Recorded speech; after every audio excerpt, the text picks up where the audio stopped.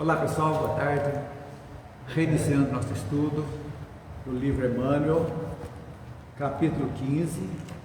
Hoje nós vamos continuar no item 15.2, a consciência. Mas, como de costume, vamos entrar em sintonia com a espiritualidade que está aqui nos ajudando, que está nos orientando, nos intuindo, e você em casa também possa sentir essa energia boa com a prece que nós vamos mentalmente acompanhar o nosso irmão fazer. Senhor Jesus, irmão querido,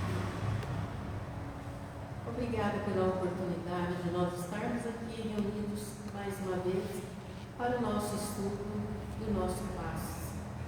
Nós só temos que agradecer a Deus pela oportunidade de mais um dia de vida. Agradecer também a espiritualidade amiga que preparou para nós esse ambiente. Agradecer ao nosso anjo da guarda que está sempre conosco e não desiste de nós. E a todos os amigos espirituais que vêm participar conosco, nos ajudar nesse estudo, abrindo as nossas inteligências para que possamos aprender sempre mais as lições deixadas pelo Mestre Jesus. Mestre Jesus, pedimos também para as pessoas que deixaram os nomes nas caixinhas, os encarnados e os desencarnados, que possam receber as orações que tanto necessitam. E pedir também para os colegas que não puderam estar aqui conosco hoje, que a espiritualidade amiga possa fazer uma visita a cada um deles e visitar também os nossos lares, abraçando os nossos familiares, pedindo a paz e a luz para todos. Mestre Jesus, continue conosco, nos abençoando, nos fortalecendo, nos dando a paz e nos dando a luz, hoje, agora e sempre. Que assim seja. Que assim seja. Como é que ficou o programa de leitura hoje? A Marina vai começar? Então, Marina vai ler para nós o 15.2, a consciência, e depois nós vamos comentar. 15.2, a consciência. Na história de todos os povos, observa-se a tendência religiosa da humanidade. É que em toda a personalidade existe uma fagulha divina, a consciência, que estereotipa em cada espírito a grandeza e a sublimidade de sua origem.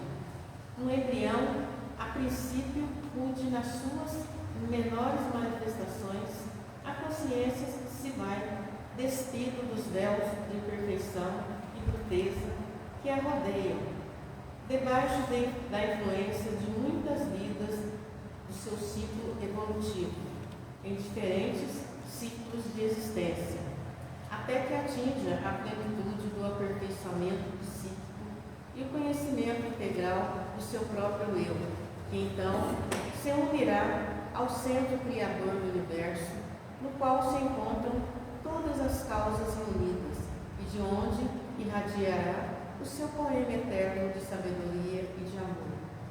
É a consciência, centelha de luz divina, que faz nascer em cada individualidade a ideia da verdade, relativamente aos problemas espirituais, fazendo-lhe sentir a realidade positiva da vida imortal, atributo de todos os seres da criação.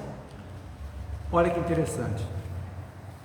Quando nós adentramos a humanidade, passamos a ser seres inteligentes do universo, que deixamos o reino animal e adentramos o reino nominal, então ele fala muito interessante, o princípio era um embrião rude.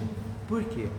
Porque ainda não foram desenvolvidas as potencialidades daquela alma que ali no reino nominal está ainda bem cru, começando, ainda dominada pelos instintos. Então a consciência, quanto mais, qual é a conclusão que a gente tira então? Quanto mais evoluídos nós formos devagarzinho, mais a nossa consciência se aprimora. e também acompanhando essa aí, mas a nossa responsabilidade se estende também. Então isso é muito interessante. Influência de muitas vidas no seu ciclo evolutivo em diferentes ciclos de existência, ou seja, as existências milenares nossas estão dentro de nós, lá aquele embriãozinho, como se fosse um feto a consciência recém-gerado. Com o tempo aquele feto vai crescendo, o embrião vai se crescendo, tornando-se um feto e vai devagarzinho, é que nós podemos medir a consciência. Então, quando a gente começa a entender, a vivenciar a verdade, ou seja, como assim?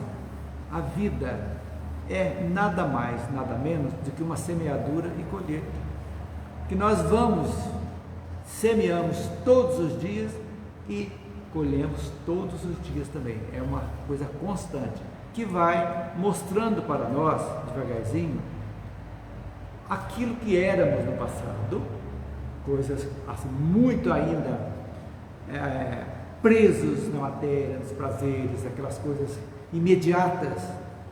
E com o tempo, com a medida que a gente vai conhecendo, como diz lá João, né? Conheceis a verdade vos libertará, nós vamos nos libertando dessas coisas negativas, não por imposição, mas pelo conhecimento, e verificando que aquilo ali é algo que não acrescenta nada de bom, ou seja, foram escolhas negativas que deram um resultado negativo, que nós começamos a entender que isso aqui realmente não vale a pena.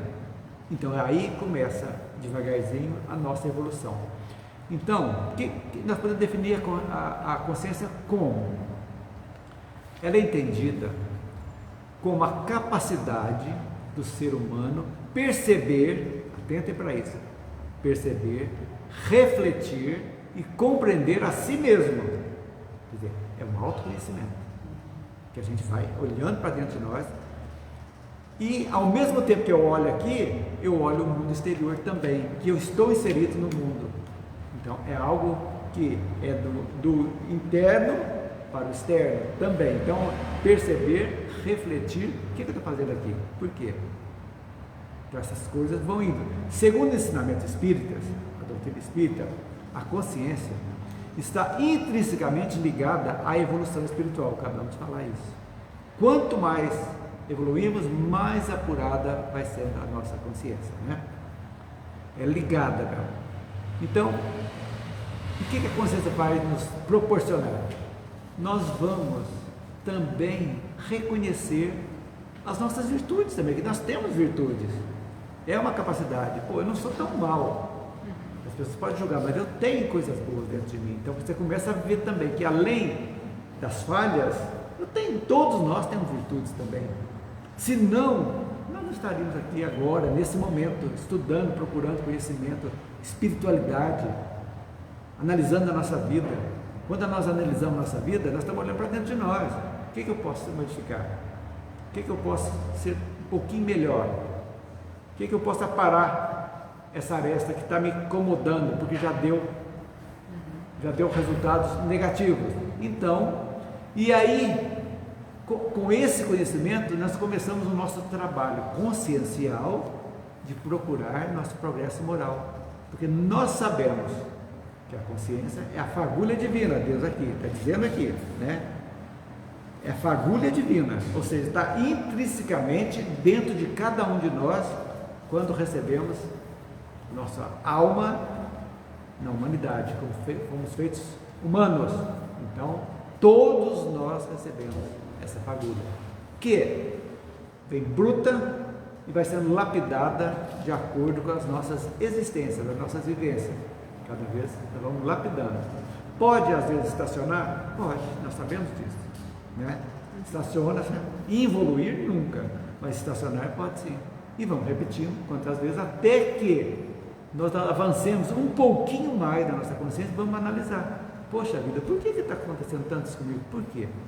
Por que essa revolta? Então, a gente chega num ponto, quando a espiritualidade começa, né, realmente a desabrochar dentro de nós, a gente vai ver as nossas revoltas. Não sei se todos já fazem isso, mas por que eu não me aceito? Por que é isso? Por que eu nunca tenho nada? Por quê? Por que eu sou tão feio? Por que eu sou tão bonito? Por que eu sou tão obeso? Por que eu nasci nessa família? São questões que vão começando a olhar. Nós vamos vendo e vamos encontrar a resposta onde? Nós mesmos. Em nós mesmos. Você vai ver. Primeiro, nós vamos nos transportar para a divindade, que é justo e bom. Ponto, pacífico. Dentro de todas as atribuições, essa aí que praticamente mata quase tudo. Se ele é bom e justo, tem alguma razão de ser. Nós que carregamos uma bagagem, uma ancestralidade de milhares de anos, né? Temos isso dentro de nós. Então você vai ver assim, vamos equalizar a coisa. Bom, se um está rico, outro está pobre, por que Deus está punindo um e privilegiando o outro? E nós sabemos, perante a justiça divina, não pode haver privilégio. Justiça é justiça, privilégio. Onde existe privilégio, não existe justiça, né? Então a gente vai aquietando o nosso ser. A partir do momento que nós nos aquietamos, aceitamos aquilo que não pode ser modificado, que não tem como, que não depende da gente, essa pacificação vai ajudar o quê? A nossa evolução. Porque você vai deixar de brigar com aquilo, algo inexorável, que não tem como ser mudado. Então, eu nasci assim, né? Não tem, o que eu posso modificar? Vou estudar, vou melhorar intimamente, mas a minha aparência, por mais que eu faça operação plástica, não vai ser, nunca vai me satisfazer. Você pode ver as pessoas que fazem cirurgia plástica, fazem 1, 2, 3, 4, 5, viram verdadeiros monstros depois e estão sempre insatisfeitos. Dependendo da cirurgia, lesa o perispírito, né? Mas vai por quê? A próxima encarnação ela vem. Sabe por que lesa? Naquilo que ela lesou. Por que lesa? Porque a pessoa não se aceita e já fica brigando com aquela aparência que ela ia ter um lábios da Sharon Stone, cara, e não deu. Então já começa a revolta, você vai começando adensando o teu perispírito. Então, não podemos esquecer, somos o que pensamos, né? Então, o Espiritismo, podemos dizer que tem uma visão de mundo baseada na responsabilidade individual. É a base do Espiritismo. É a base. Que responsabilidade? É a lei de causa e efeito. Livres para escolher e responsáveis pelas escolhas. Acabou. Não tem como sair disso. Então isso aí é importante. E nós, a doutrina espírita, bate muito nessa necessidade do autoconhecimento, que a gente fala sempre aqui. Olhar para dentro, nós só mudamos olhando para dentro para viver aqui fora. Não pegando de fora para dentro, é muito difícil. Você pode ter um modelo, tudo, achar aquilo bonito, tudo, mas só aparência e nada mais, como diz a música, né?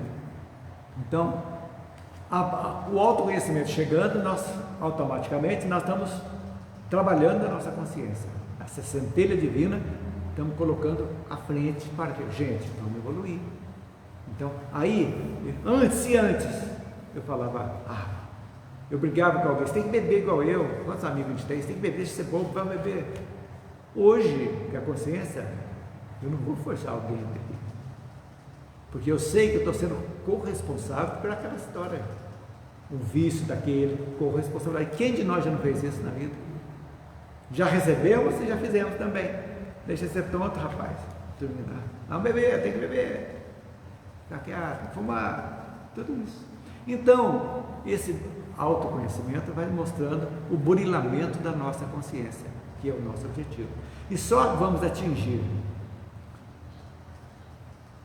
as essências maiores, as dimensões maiores, quando a nossa consciência realmente for mais expandida possível, até que nós chegamos num ponto que não precisa reencarnar mais. Chegamos num ponto que a reencarnação não tem necessidade mais nesse mundo que nós estamos. Podemos ir para outros mundos. Então, e a doutrina é muito interessante, porque ela nos faz compreender, para os não espíritas principalmente, que a vida continua após a morte física. Ela não cessa. Nós somos incentivados, a doutrina espírita incentiva as pessoas a viver de forma ética e moralmente correta. buscando sempre o bem comum, o amor ao próximo como lema de vida. Por quê? Porque nós sabemos que isso aí acrescenta. Que quando nós entendemos que nós somos vibração, tudo é vibração. A física quântica está mostrando isso cientificamente. Somos energia, totalmente, vibração. Então, quanto mais vibração nós temos, boa, nós criamos, como eu sempre falo aqui, um campo vibratório excelente. E esse campo vibratório que vai atrair automaticamente forças do bem, forças boas que vão junto com a gente nos fortalecer para vamos em frente. Eles não vão resolver o problema nosso, mas vão nos incentivar, vá, firme, tropece, levante, vá em frente, não tem problema. E do mesmo modo que somos energia, quando nós entramos num pessimismo, numa reclamação constante da vida, nada nos serve, não somos culpados de nada, tudo é os outros que são culpados pelas nossas desgraças, tristeza.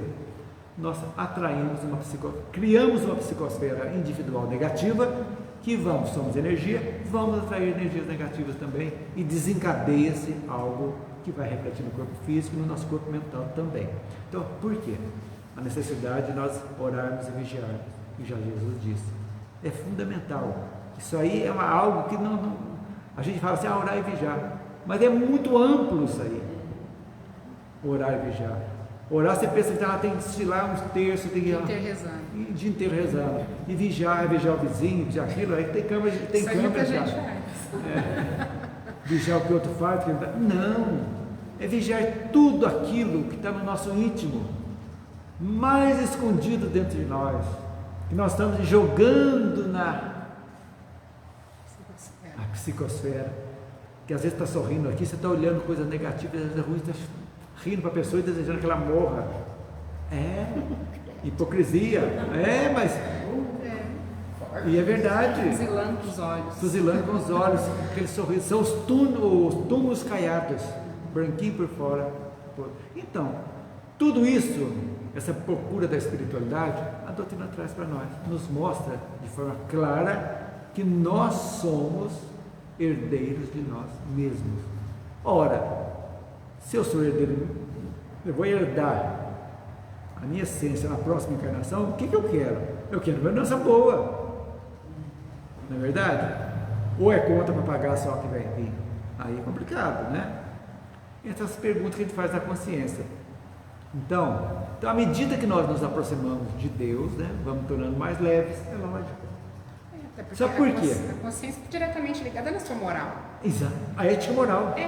Ética moral. E o seguinte, você vai começar devagarzinho a não levar em conta aquelas pessoas que nos vêm com 4 patas, nem não é 2, mas então, você já ia retrucar na hora, já ia mergulhar naquele. Não adianta. Presente, você recebe se você quiser, se você não quiser, devolve. Não aceita. Acabou. Você tá para responder, tá para falar, você fala. Eu já penso assim, a gente até aceita por educação, mas depois você pega e joga fora. Lógico. Não precisa ficar com ela. Não, e agora isso, Margot falou, é o seguinte, você pensa a hora que vai falar, dá uma tosse.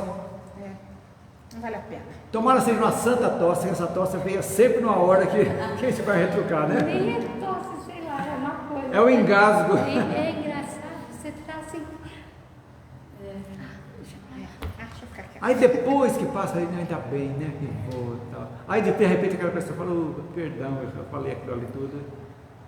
Aí você vai tranquilo, numa boa. Principalmente em família, né? Em casa, você tem mais liberdade de chegar e responder. Mas, gente, é lógico, né? Agora, para a gente falar de consciência, dá um tratado, né? Se você for ver, ou dá, então tem muita coisa, mas basicamente aqui, nós não vamos tentar, deu para entender. Então nós sabemos que é uma fagulha divina, que quando adquirimos, né, o rei nominal está dentro de nós, prontinha para ser desabrochada, uns desabrocham mais rápido, outros demoram mais um pouquinho, mas todos irão desabrochar. E aí nós estamos caminhando agora. O tempo urge. Por quê? Porque o mundo está em transformação. Então muitas das consciências ainda que estão represadas no mal, tudo, infelizmente, vão ter que continuar o estudo noutra escola, e não a terra. Esse é um fato também. Nós temos que acompanhar a turma. Se a turma está indo e eu não acompanho, eu vou ter que repetir o ano. Então esse que é o momento agora.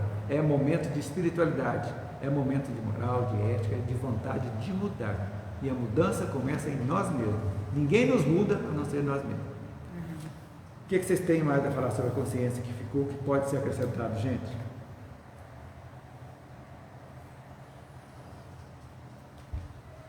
Gente, nós vamos participar.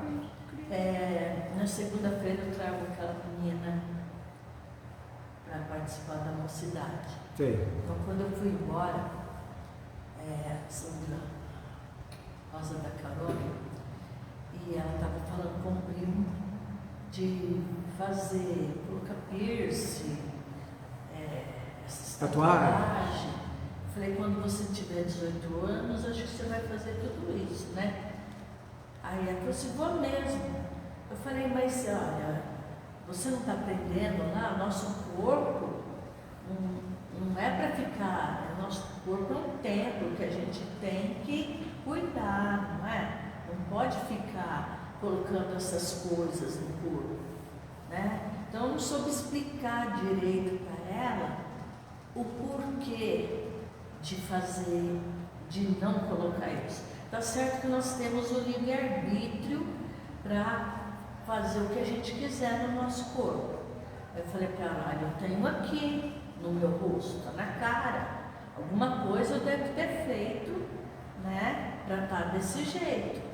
Então, aí depois ela mudou de assunto, porque a gente fala no rosto. Mas você falou uma coisa muito interessante para ela, você colocou a idade como parâmetro dela. Então isso é legal, tem um período de amadurecimento também.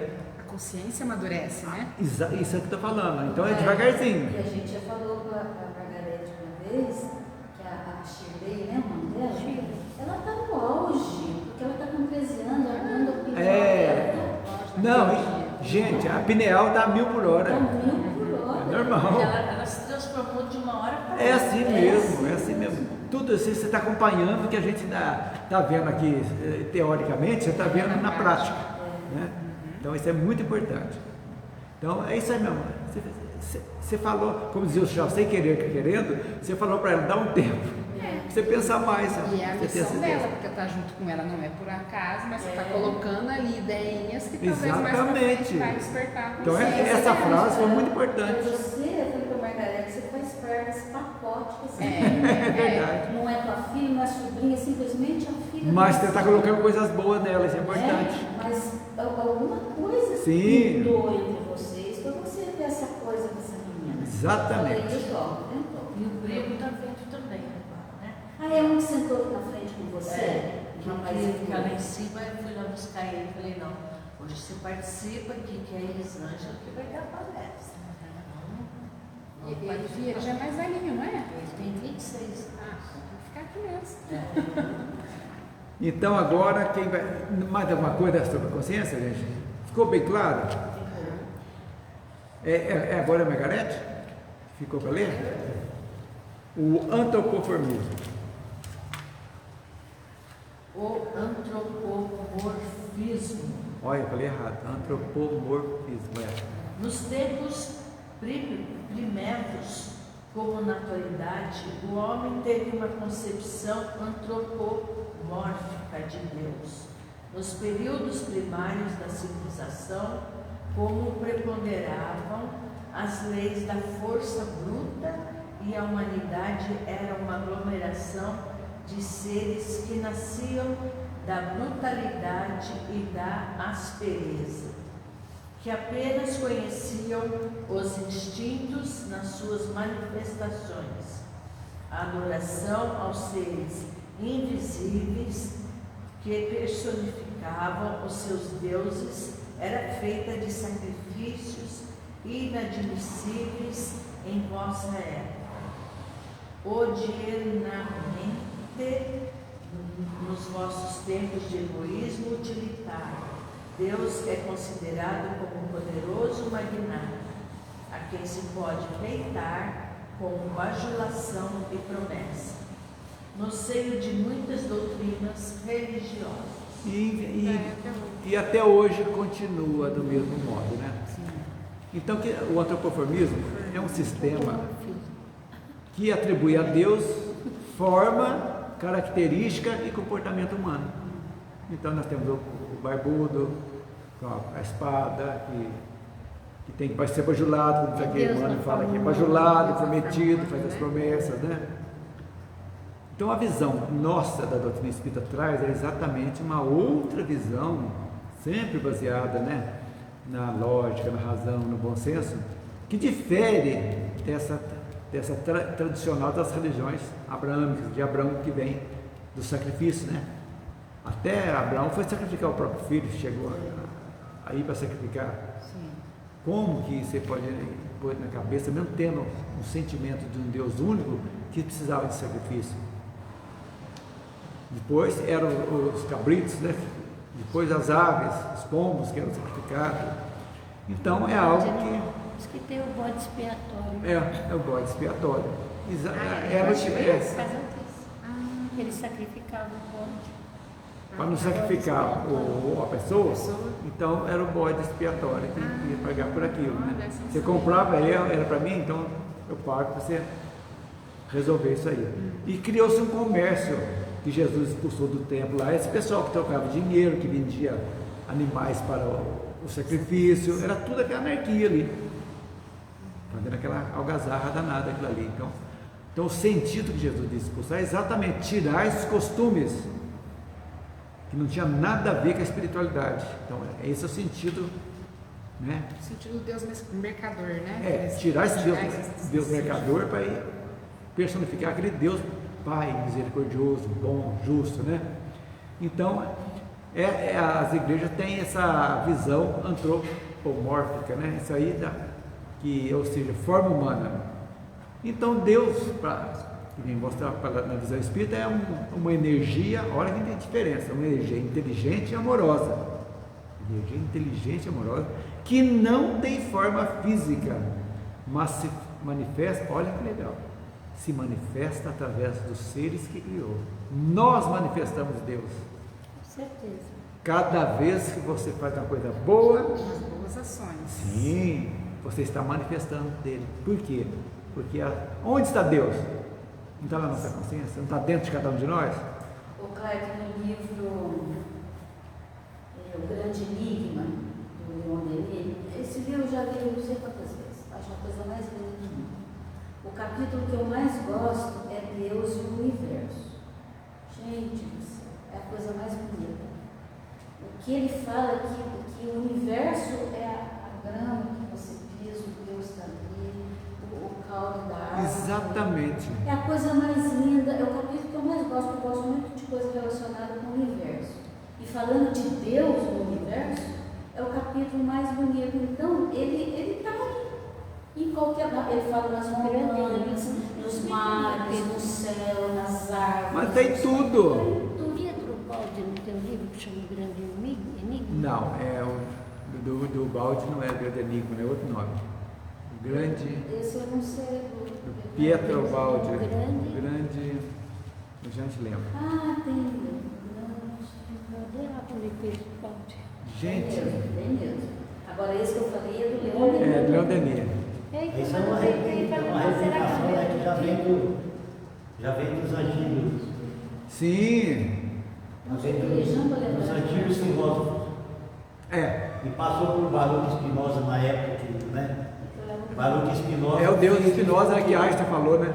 Exato, porque a igreja meio que patenteou Deus, né? Então, Spinoza falava, não, Deus não é isso que a igreja está pregando, não.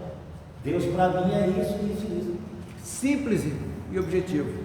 É isso que é importante a gente entender. Coloca aí Pietro Baldi, para saber o nome dele. Grande, não consigo lembrar.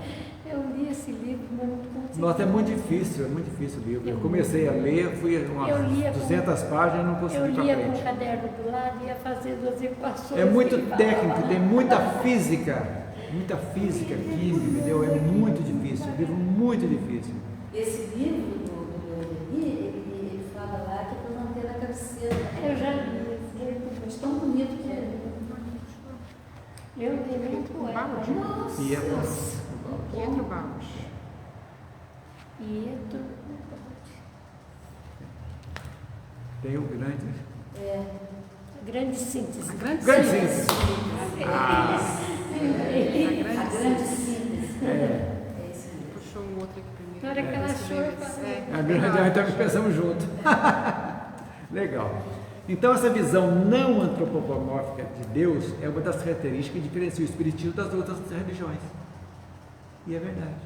As religiões salvacionistas têm a ideia antropomórfica de Deus. Quer dizer, eles têm sentimentos humanos.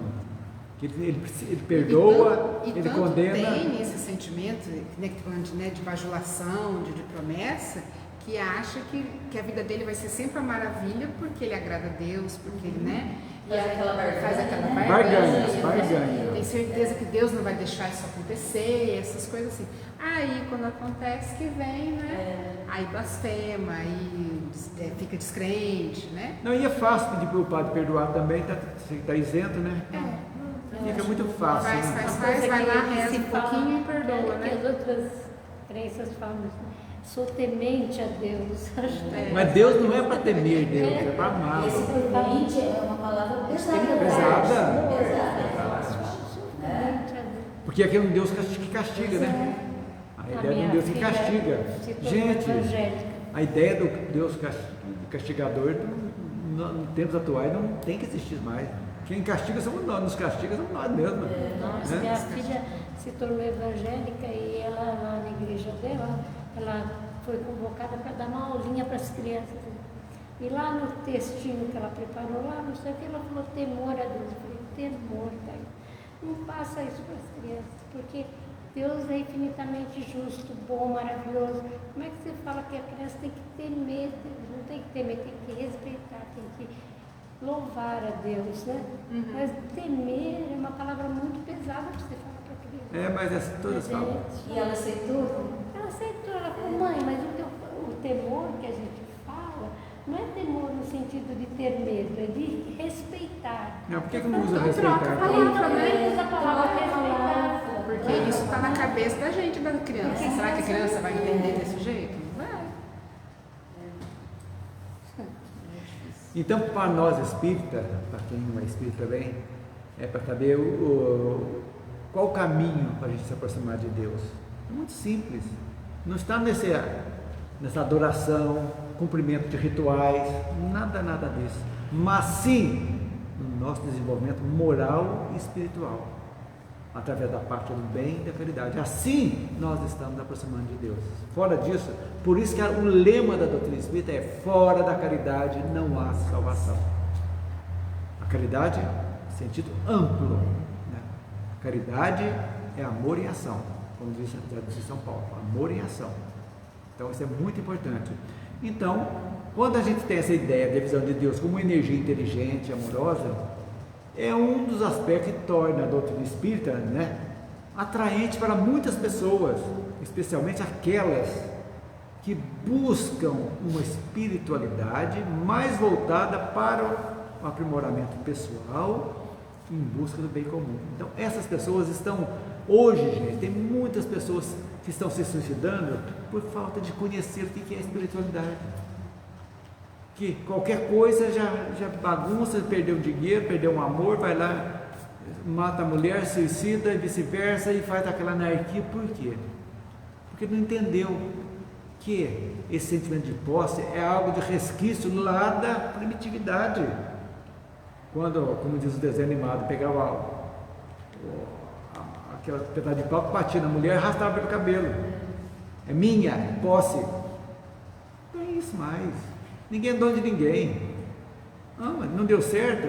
Tchau. Vamos seguir. Se tem ainda coisa para resolver, é preferível deixar para resolver depois do que perder-se uma oportunidade, né? Assassinando ou se suicidando. Então isso aí é muito importante. Agora, o espiritismo é uma coisa fantástica, ele não faz proselitismo, de jeito nenhum. Não estou fazendo ninguém chegar para cá para dizer que nós somos os melhores, não. É lembrar que cada pessoa tem o direito de escolher a sua própria crença. e que não há uma visão única e definitiva de Deus. Acabou. Porque às vezes tem pessoas que têm essa visão de Deus e vivem maravilhosamente bem e levam a vida reta, corretíssima, santamente falando, moralmente e eticamente falando. Maravilha. Temente a Deus, mas certinho. Certinho. Então, a gente não, agora a gente nunca faz, vem pra cá que aqui que vai, como diz a certa religião, ó, se você não for, você vai, o Armagedon está chegando, você está perdido. Então, não existe isso. Então, essa ideia dessa energia, como você falou, Maria Ângela, enxergar Deus em tudo, isso é fantástico. É isso que a gente precisa. Na beleza de uma borboleta. Você vê, ontem onde que eu estava parado vendo umas borboletas, umas 6 ou 7, eu acho que foi lá no pé do fórum, no lago, estava caminhando. Cada uma de um jeito. Aquela coisa mais linda do mundo. Quem fez? É Deus. Muito lindo, adoro ver. Então as coisas você vai vendo e chegando Deus, você vai acalmando de ver assim, Deus, que coisa boa, por que eu estou reclamando?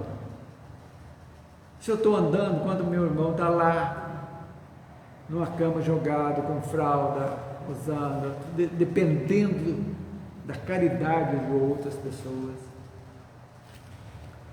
Tem pessoa que está rezando na familiar, vai que morra logo para dar sossego, infelizmente, não sabe, está tudo certo, né? Então é isso aí.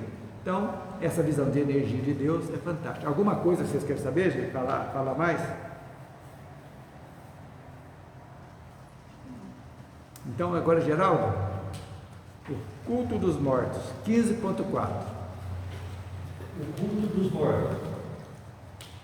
Dentro, porém, de quase todas as ideias dessa natureza, no seio das raças primigênias, em seus remotíssimos agrupamentos, o culto dos mortos atinge proporções espantosas. Inúmeras eram as tribos que se entregavam às invocações dos transpassados por meio de encantamentos e de cerimônias de magia. As excessivas homenagens aos mortos no meio das civilizações dos egípcios constituem até em vossos dias objeto de estudos especiais.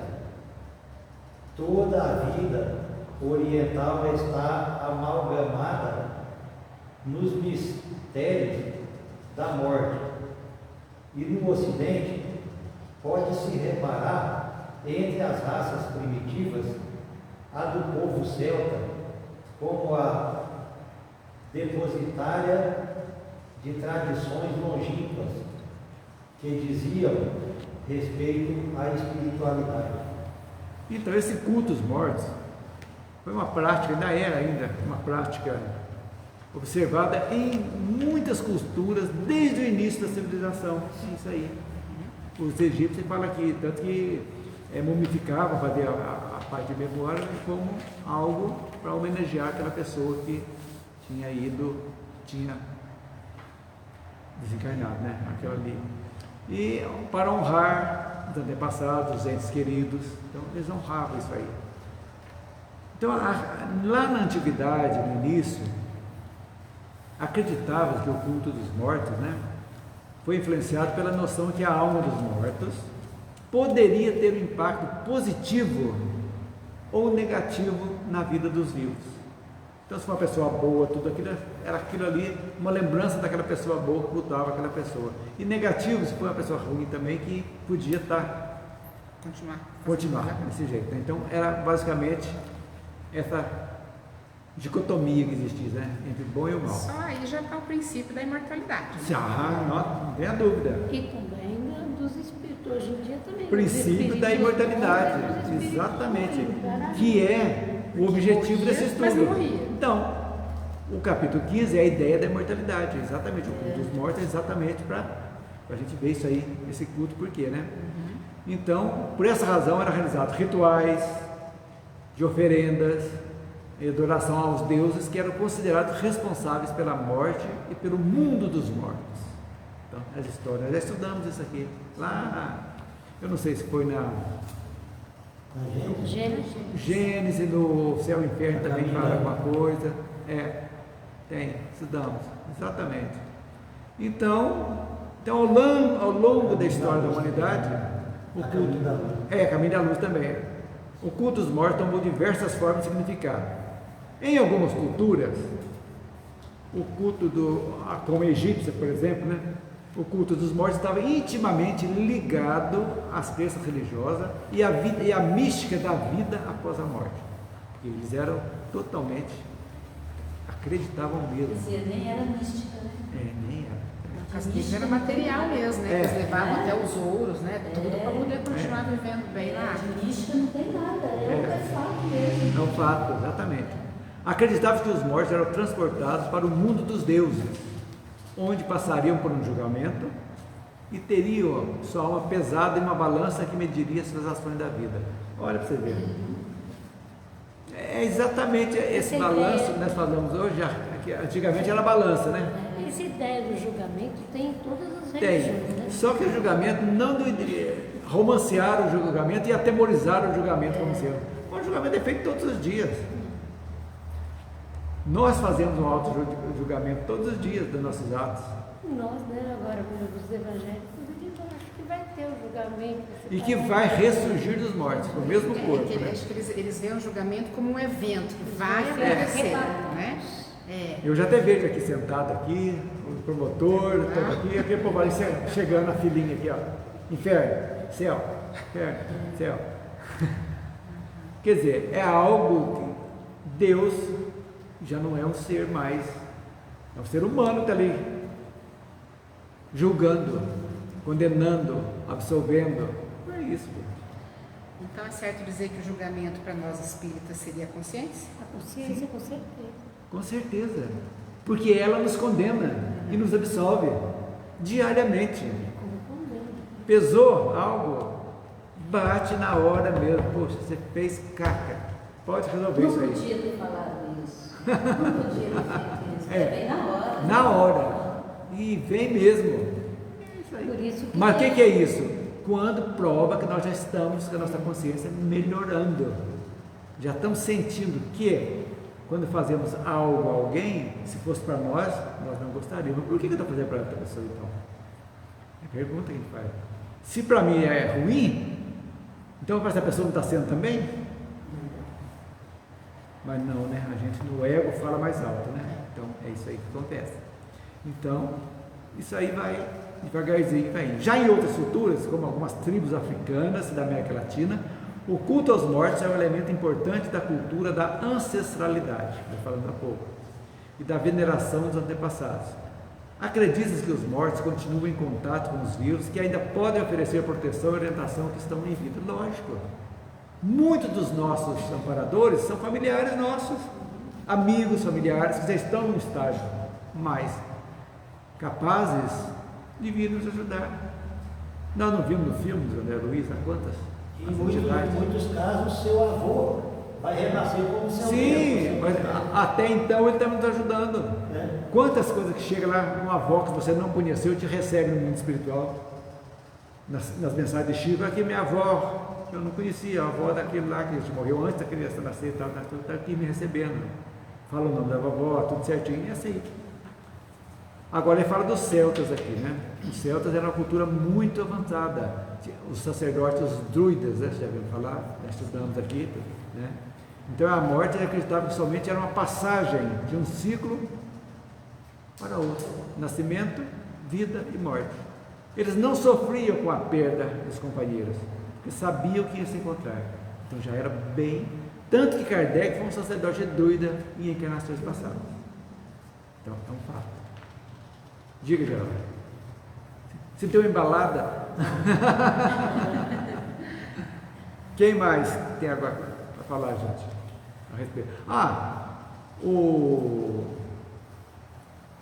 Como é que chama? Seishonoi, que é japonesa. A base deles é a cultura dos antepassados. A gratidão aos antepassados.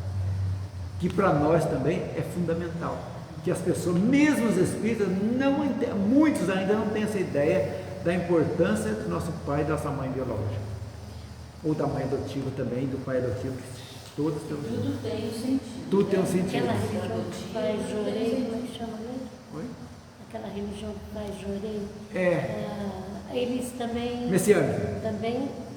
são baseados no culto ao antepassado. Então, esse culto ao antepassado, então, por quê? Porque abre o caminho da sua vida. Quando você lembra que nós estamos aqui porque nosso pai e nossa mãe, antes dele, nossos avós, conceberam nossos pais, e assim essa ancestralidade está vindo, que resultou nós aqui, que alguém, quando for para nossos filhos, vão agradecer um dia, que nós os aceitamos e recebemos, cria-se essa corrente do bem, que amacia a gente. Então, sugestão, se você tem ranço de qualquer mínimo possível do seu pai e sua mãe, é hora da reconciliação. É hora. Já passou da hora. Reconcilia-te. Reconcilia-te com o teu inimigo. No inimigo, antes de deixar a tua oferenda no altar, vai lá reconcilia-te. Agora você imagina com o pai e a mãe que aceitaram ele lá. Eles podiam ter não aceitado, podiam ter abortado. E não aconteceu isso. Meu pai era ruim, minha mãe é ruim. Problema deles. Mas eles te deram a vida. Eu acho isso muito interessante, porque a gente vê muita gente falando assim: meu pai é muito difícil, minha mãe é isso, meu pai é aquilo. Mas será que não é o contrário? Será que não é eu que sou? E eles estão difíceis comigo porque me aceitaram do jeito que eu era? O ego seu está falando mais alto. Ô Cleiton, isso dessa ancestralidade, né? São os laços de sangue de um e de outro até chegar na gente, mas que depois de um certo tempo, no caso deles, que já se foram há muito tempo, aí já é a família universal. Universal, exatamente. Não tem nada a ver com sanguinidade. Aí já é uma outra história, né? De família universal mesmo. Porque nós já fomos tudo. Nós já fomos avós e pais de quantas, filhos de tantas outras.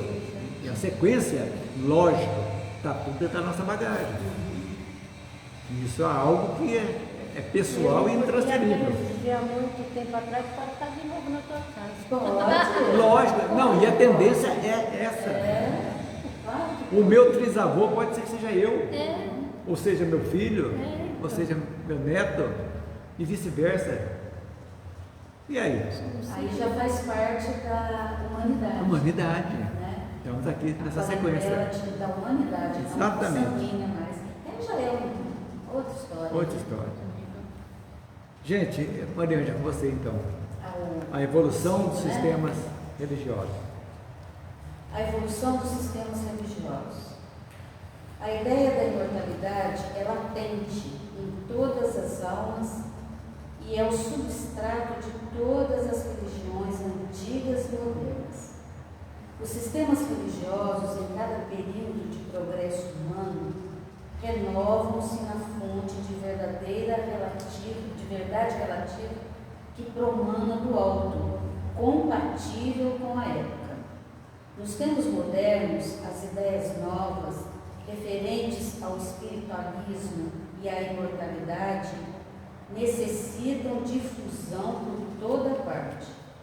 Não mais a concepção de um Deus terrível, criando a eternidade dos tormentos, segundo a teologia em voga, que tem ensinado erradamente a ideia de um paraíso beatífico, insípido e um inferno aterrador, irremissivelmente eterno. Não mais a religião que malsina o progresso e a investigação, mas a ideia pura e verdadeira da imortalidade para todas as criaturas, a vida estuando em todo o universo e a luta em todos os mais recônditos redutos argamassando à custa dos esforços de cada o portentoso edifício da evolução humana. É muito bonito. Maravilhoso. Usa palavrinhas. Não. Olha, gente, está dando aqui um cutucão nas pessoas. E nós temos o dever difundir o espiritualismo e a imortalidade. Isso é muito interessante para tirar esse horror, esse terror que as pessoas têm, que achar que a vida é só aqui, que irremediavelmente está no inferno e no céu. Isso não existe mais, gente. Então a religião que malsina, ou seja, que condena, que censura a ciência, não pode. Progresso, investigação, tem que muita coisa para ocorrer. Por exemplo, essa ideia da energia, Deus é energia. A ciência está comprovando que tudo é energia. A própria matéria é energia condensada. Nosso corpo é energia. Tudo é energia, de alguma forma condensada, visando a nossa necessidade atuais. Então tudo é energia.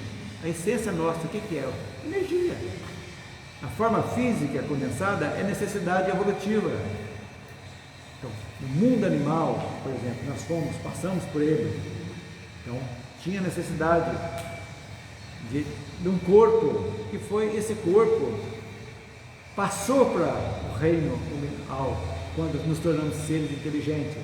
Então, era um corpo embrutecido, quase parecendo um monstrinho mesmo. Os primeiros humanos que começaram a tirar as patas dianteiras do chão e seguindo adiante. E olha a sutileza do nosso corpo, que você vê hoje, e daqui para frente a tendência é só isso. Vai consubstanciando mais, vai ficando eterizando, a alimentação vai ficar totalmente diferente, sem necessidade. Então as coisas vão seguindo nesse progresso devagarzinho, que acompanha a consciência. Então, gente, os sistemas religiosos têm que evoluir, têm que aceitar a ciência, comprovadamente mostrando, gente, acorde para a vida. Olha, esse Deus que está aqui não pode ser um Deus que castiga, um Deus com aparência humana, energia, que está em tudo, em todos os lugares. Então, a imortalidade é essa, que através dos tempos, dos estudos dos arqueólogos, nós estamos chegando, mostrando os egípcios como a necessidade que eles tinham de cultuar os mortos, que sabiam da vida eterna e necessária. Então as coisas vai seguindo. Então essa tendência, lá na questão 798, parece, se não me engano, do Livro dos Espíritos, fala que o Espiritismo não vai ser a religião do futuro, o futuro das religiões. Por quê? Vai quebrar as religiões salvacionistas, vão devagarzinho quebrando seus dogmas pela racionalidade. Vão entender, pode continuar com a missa bonita, aquela cerimônia bonita, mas não precisa aquela ideia do Deus que tem que pagar. Vamos deixar isso para as pessoas ter a consciência. Você não tem que dar dinheiro para manter, para criar, não. O dízimo, quer dizer, estão promovendo sem crítica, gente, constatando fatos, vendendo paraíso, com pecúnia, com dinheiro. Não justifica isso mais nos tempos, no terceiro milênio que nós estamos aqui abertos para receber energia boa. Logo, logo, como diz Chico, né, vamos receber visitantes físicos de outros planetas, vão adentrar aqui. Estão chegando, né? Vão chegar, natural, porque nós fazemos parte de um universo que a Terra está adentrando nesse conjunto, afastou um tempo, agora está voltando pela espiritualidade. Não estou falando de espiritismo não, estou falando de espiritualidade. Essa essência, busca da essência divina, essa fagulha que está dentro de cada um de nós, em qualquer que seja a sua religião que está nos assistindo. Pense nisso, seja o melhor possível moralmente. Aceite-se que você é imperfeito, todo mundo é, mas necessariamente você pode melhorar. Mas dependendo do quê? De você mesmo. Eu não tenho conhecimento? Procure conhecimento. Jesus já falou lá no Evangelho: ajuda-te que o céu te ajudará. Procure conhecimento, analise a sua vida, olhe, faça um balanço, tudo que você fez, os reflexos, as coisas boas e ruins que aconteceram. Analise as coisas boas e vê o que resultou isso aí. Foi uma atitude boa. Analise as coisas negativas. Por quê? Se não tem algo aqui, você se lembre, pode ter certeza que é de outras vidas, que veio para a gente entender através, às vezes, algo, porque pelo sofrimento nós não entendemos noutra, Por opção nós não entendemos, agora com o sofrimento a gente vai procurar entender. E deixe seguir a dinâmica, modificar aquilo que podemos modificar. E aquilo aceitar da menor maneira possível e, de acordo, pedir forças para ter a capacidade, o jogo de cintura para aceitar certas situações que são imutáveis, porque a gente não consegue, porque não depende de nós. Feito isso, vivendo um dia de cada vez, analisando, agradecendo sempre, reconcilia-te com teu pai e tua mãe, é fundamental, para você se reconciliar com Deus, isso é fundamental.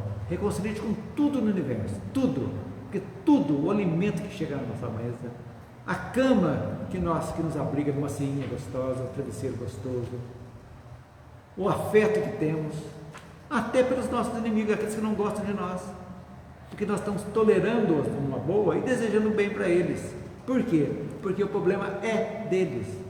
Eu não sou inimigo de ninguém, como Jesus não era, mas Jesus tinha muitos inimigos, como nós também podemos ter. Mas o problema não é nosso, é o problema de quem está nos odiando. Eles têm que resolver, eles têm que acertar.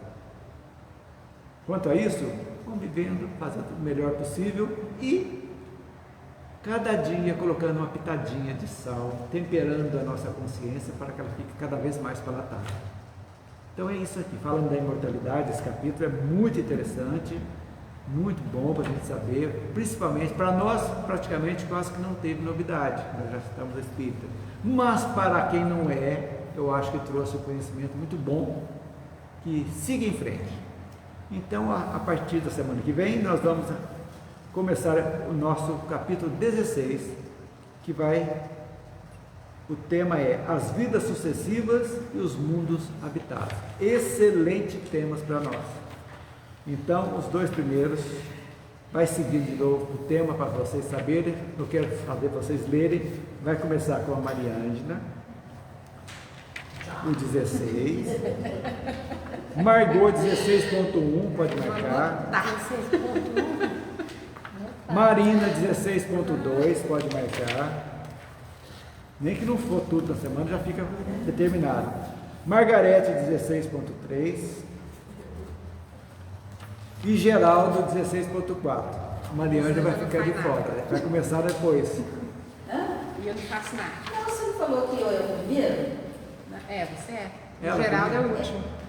É esse? Anotei, ó, anotei. Não, vê aí. Primeiro, Maria Ângela. Primeiro Maria Ângela. É o Segunda, título, Mar... né? É o é. título, É. Segunda, Margot. Depois, Marina. Depois, Margarete. Fechando, Geraldo. Então, Geraldo, então a Mariana ficou então para a próxima 17, né? O estímulo ficou para o Geraldo, né? Não, a Mariana. Maria Ângela começa. Eu que fiquei sem. Não, eu Você falou eu? Não, você falou Maria Ângela. Deixa a Elisângela. era para começar daqui. Não, tudo bem. Deixa ela para a próxima, porque ela já falou bastante segunda-feira. Então tá. Então tudo bem. Tudo termina com Ângela e isso que dá. Pois é, eu mesmo. Beleza. Então, cada um tem a sua tarefa agora. Leia. E a Elisângela vai ler tudo para ela me ajudar na explanação. Ui, miséria. Viu? Não, você sabe que você precisa Não, não mesmo, sei, né? não. Precisa sim. Então, você está pensando que está rindo, porque eu sei que você Vai praticando mais para. Não, faça prece. Ué, Aí não, quando sim. cada um for falar alguma coisa, você fala, não, eu também li isso aí, não é isso não, ó. Não, mas é gostoso. Não, é isso aí. Ok, gente? Certinho. Olha, terminamos no pingo hoje. Beleza. Certinho. Então, a Elisângela vai fazer para nós A prece. prece. Começar a distribuir Você prece também, você tá? peça também a frutificação da água, também é importante. E eu já me despeço de vocês. Até a próxima, se assim Deus o permitir.